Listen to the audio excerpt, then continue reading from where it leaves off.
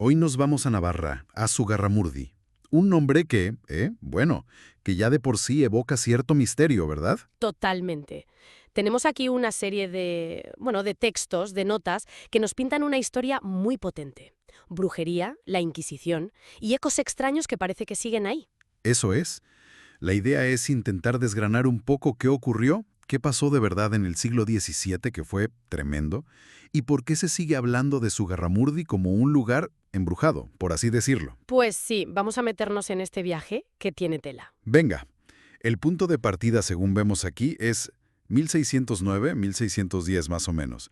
La Inquisición pone el ojo en Zugarramurdi. Exacto, en esa pequeña comunidad de los Pirineos. ¿Y por qué? Pues por rumores. Rumores que hablaban de reuniones nocturnas, de rituales, bueno, rituales que ellos interpretaban como satánicos, claro. Aquelarres, ¿no? La palabra clave. Esa es. La acusación principal era que celebraban aquelarre en unas cuevas muy cerca del pueblo. Unas cuevas que hoy se pueden visitar, de hecho. ¿Y las descripciones de lo que supuestamente pasaba ahí? Uf, hay que decir, y esto es importante, que vienen de confesiones bajo tortura, ¿eh? Siempre. Importantísimo recordarlo. Pero sí, lo que recogen los documentos es escalofriante. Hablan de que volaban en escobas, que adoraban a un macho cabrío como el diablo. Pactos, banquetes. Bueno, lo de los banquetes es terrible. Hablan de niños robados. Valles desenfrenados. Es que es material de pesadilla, literalmente. Totalmente. Cuesta imaginar el miedo que tuvo que generar todo eso en la época. Una mezcla de creencias populares antiguas, el pánico generalizado y, claro, la maquinaria de la Inquisición que era implacable. ¿Y las consecuencias fueron? Devastadoras. Desproporcionadas, sí. Todo culminó en el famoso, tristemente famoso, auto de fe de Logroño, en 1610, que era una ceremonia pública enorme donde se leían las sentencias y se ejecutaban los castigos. Castigos terribles, imagino. Terribles. Se procesó formalmente a más de 40 vecinos de la zona y 11 personas, la mayoría mujeres, fueron quemadas vivas en la hoguera. 11 personas. Madre mía.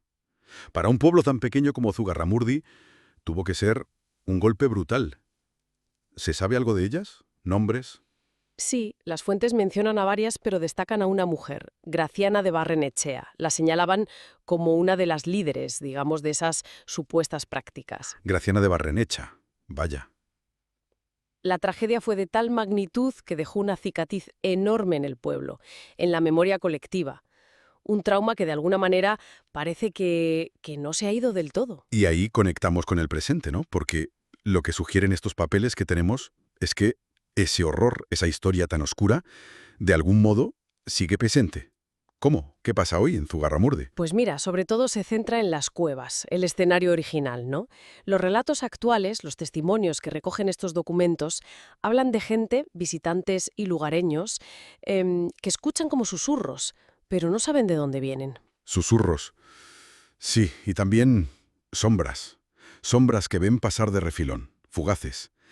Y algo muy curioso, sentir un frío muy intenso, muy localizado, de repente, incluso en pleno verano, ¿sabes? Ostras, frío en verano, eso es raro.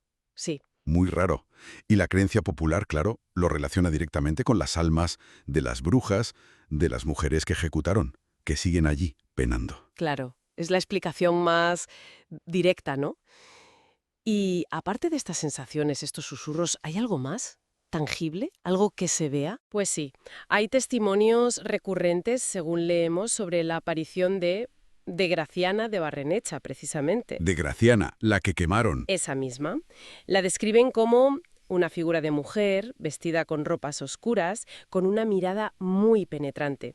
Dicen que la han visto fugazmente cerca del Museo de las Brujas. Que está allí en el pueblo, claro, dedicado a toda esta historia. Exacto. Y también cerca de las cuevas. Pero es una aparición que, en cuanto intentas mirarla fijamente, desaparece. Puf, se esfuma. Qué inquietante. Y dentro del museo también ocurren cosas, porque aquí mencionan algo de eso. Sí, sí. Hay informes, anécdotas más bien, de gente que trabaja ahí. Hablan de libros que se caen solos de las estanterías, sin nas, puertas que se cierran de golpe, sin que haya corriente de aire ni nada que lo explique. ¿En serio? Sí, o velas que a veces usan para ambientar alguna sala, que se apagan de repente. Fenómenos quizá pequeños, ¿no? No son espectaculares, pero que van sumando a esa atmósfera tan especial del lugar. Desde luego. Todo esto es fascinante y un poco escalofriante a la vez. Los textos que manejamos intentan buscar alguna explicación, ¿no? Aparte de la puramente sobrenatural. Hablan de una teoría, la de la huella energética. Eso es una hipótesis interesante. Plantea que la intensidad tan brutal de las emociones que se vivieron allí, el miedo, el dolor, la angustia de las víctimas, la crueldad de los procesos, pudo dejar como un residuo, una impregnación energética en el lugar. Como un eco del pasado, ¿no? Que sigue vibrando. Algo así. Un eco que algunas personas, quizá más sensibles, pueden percibir todavía hoy, como esas sensaciones de frío o los susurros. Es una idea. Potente, sí. Pero claro, aquí entra la duda, ¿no? ¿Cómo diferencias esa posible huella de la sugestión? Es decir, vas a un sitio con una historia tan terrible, tan famosa por la brujería, es normal que la gente esté predispuesta a sentir cosas, ¿no? Totalmente. Es la gran objeción y los textos no dan una respuesta clara, obviamente. Es muy difícil separar una cosa de la otra. Plantean también otra posibilidad, un poco más directa, digamos. ¿Cuál? Pues la de que tal vez no todas las acusadas fueran simplemente víctimas inocentes de una caza de brujas.